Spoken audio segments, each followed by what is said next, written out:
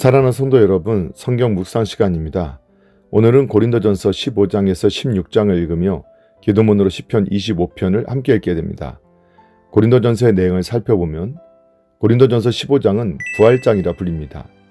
초대교회는 당시 현존하던 유대교와 헬라 문화의 영향을 많이 받고 있었습니다.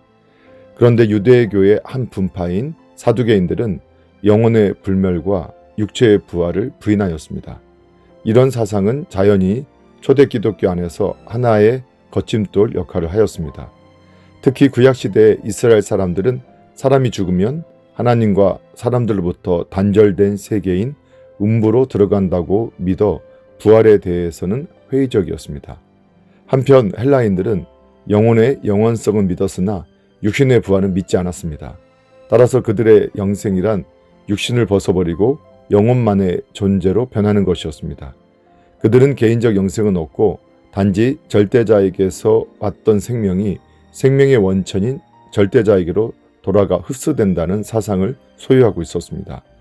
이 같은 사상이 교회에 침투함으로 인해 고린도 교회 안에는 육신의 부활을 부인하는 무리들이 생기게 되었는데, 이에 대해 바울은 사람이 만일 육신의 부활을 부인하면 예수님의 부활도 부인하게 되며 그로 인해 복음의 진리와 신앙생활의 근본과 실제가 무너지게 됨을 지적하였습니다. 이처럼 십자가 사건이 그러하듯이 부활은 부인될 수 없는 진리로서 우리에게 신앙과 산 소망의 근거가 되며 복음 전파의 요체가 됩니다.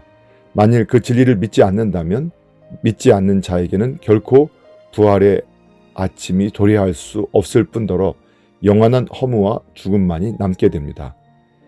고린도전서 16장에는 바울이 고린도 교회에 헌금을 호소한 내용이 나옵니다. 바울이 헌금을 호소한 이유는 첫째, 원래 가난한 성도들이 많았을 뿐 아니라 여러 번의 박해와 기근으로 인해 피폐해진 예루살렘 교회를 돕기 위해서였습니다. 둘째는 고린도 교인들에게 교회의 단일성을 고취시키려 한 것이었습니다.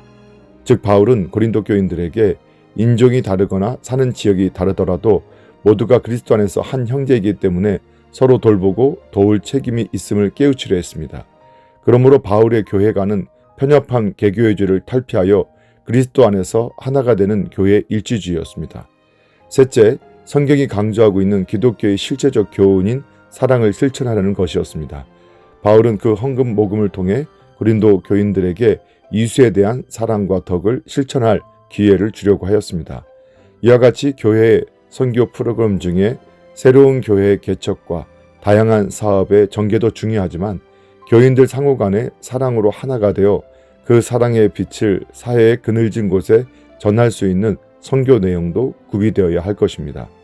사랑하는 성도 여러분, 오늘도 말씀을 읽고 듣고 묵상하는 가운데 하나님의 마음과 뜻을 깨닫고 예수님과 동행하며 예수님을 생각하고 예수님을 닮아가는 복된 믿음의 삶이 되기를 예수님의 이름으로 축복합니다. 할렐루야.